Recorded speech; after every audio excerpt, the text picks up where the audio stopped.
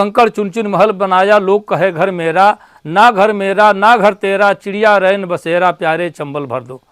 नमस्कार मित्रों, देवरिया रुद्रपुर की घटना तो शायद आप तक पहुंच ही गई होगी। जो भी लोग सोशल मीडिया के माध्यम से, टीवी चैनलों के माध्यम से या समाचार पत्रों के माध्यम से जुड़े हैं, लगभग सारे लोगों के पास ये खबर पहुंच ही चुकी होगी कि कितनी दुखदाई घटना जनपद देवरिया के रुद्रपुर तहसील में घटित हुई है। अब ये कहना नहीं होगा कि जो भी हुआ है बहुत ही दुखद हुआ है, बहुत ही दुखद हुआ है, और उसमें दोनों परिवार तबाह हो गया है। एक परिवार से 2 बच्चियों सहित पूरे परिवार का सफाया हो गया। एक परिवार से घर का मुखिया मारा गया। आखिर हुआ क्यों, ऐसा हुआ क्यों? इसमें हमको लगता है कि प्रशासनिक अमला भी कहीं ना कहीं से इन्वॉल्व था। जिनको पहले से खबर थी, जिनके संज्ञान में ये पूरा मामला था, और लिपापोती करने के चक्कर में या कुछ घूस या जो भी कुछ कहा जाए, दबाव में, जैसे भी हो, कुछ तो हुआ है। लेकिन यह भी कट सत्य है कि जहां 2014 से ये घटना जब क्रम चल रहा था तो संज्ञान में तो सबके होगा, तमाम आला अधिकारियों तक ये बात पहुंची होगी। इसको समय रहते और इस पर कोई उचित कार्रवाई नहीं हो सकने से ये घटना घटित हुई है। मेरे गांव में बहुत पहले एक फ़कीर आया करता था चंबल लेकर के, तो मुझे उसकी 2-4 पंक्तियां मुझे याद आ रही हैं, मैं कह देना चाहता हूँ।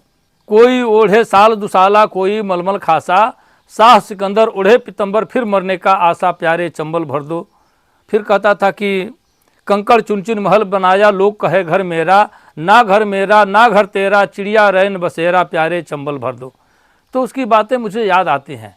और जब मैं कुचायकोट गोपालगंज के एक कार्यक्रम में मैं जा रहा था, रास्ते में ही था, तब तक ये घटना मुझे पता चली, और मैं सही बता दूं बहुत व्यथित मन से वहाँ पहुँचा, और हास्य की कविता पढ़ने का मन नहीं हो रहा था। जब ये पूरा घटनाक्रम मेरे जहन में आया तो ऐसा क्यों हो रहा है, ऐसा क्यों हो रहा है कि आदमी, एक व्यक्ति ज़मीन जायदाद के चक्कर में, धन के चक्कर में एक दूसरे के खून के लिए उतारू हुआ है।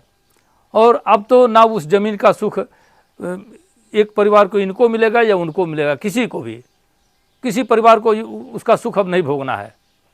ज़मीन तो हाथ से गई ही गई, बाकी रुतबा भी गया, बाकी जो अपने घर के जो मुख्य कर्ता थे, जो जिनके लिए वो सारा कुछ सजोया जा रहा था, वो भी गया। फिर इससे क्या लाभ हुआ? मैं निवेदन कर रहा हूँ, आप सभी मित्रों से निवेदन कर रहा हूँ कि मित्रों, रुपया पैसा धन दौलत बहुत कुछ है, बहुत कुछ है, इसमें कहीं दो राय नहीं, लेकिन सब कुछ नहीं है, सब कुछ नहीं है।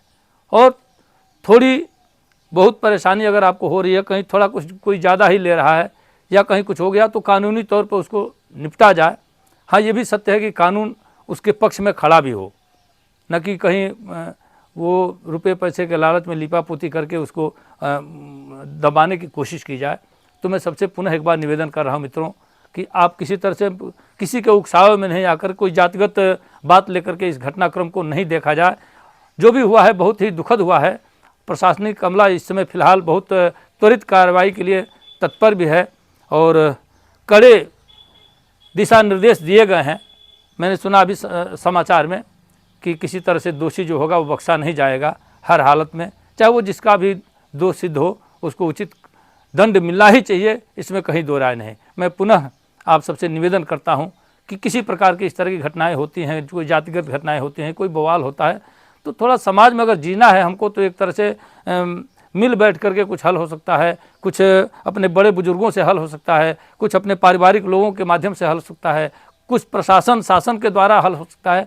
तो इन विधाओं से अगर हल नहीं कोई निकलता हो तो आप कोई निर्णय ले सकते हैं, लेकिन अगर हल निकलने के लायक वो बात है तो इस तरह की प्रक्रिया न दोहराई जाए और पुनरावृत्ति इसकी न हो। मैं इसके लिए सबसे निवेदन करता हूँ, ईश्वर से प्रार्थना भी करता हूँ कि दुखदाई ये दुखी परिवार को ईश्वर संबल दें, और साथ साथ इस तरह की दोबारा घटनाएं हमारे जनपद देवरिया में न हो। देवों की देवभूमि कहा जाता है देवरिया को, इस तरह की घटनाएं न हो। मैं पुनः ईश्वर से प्रार्थना करता हूँ।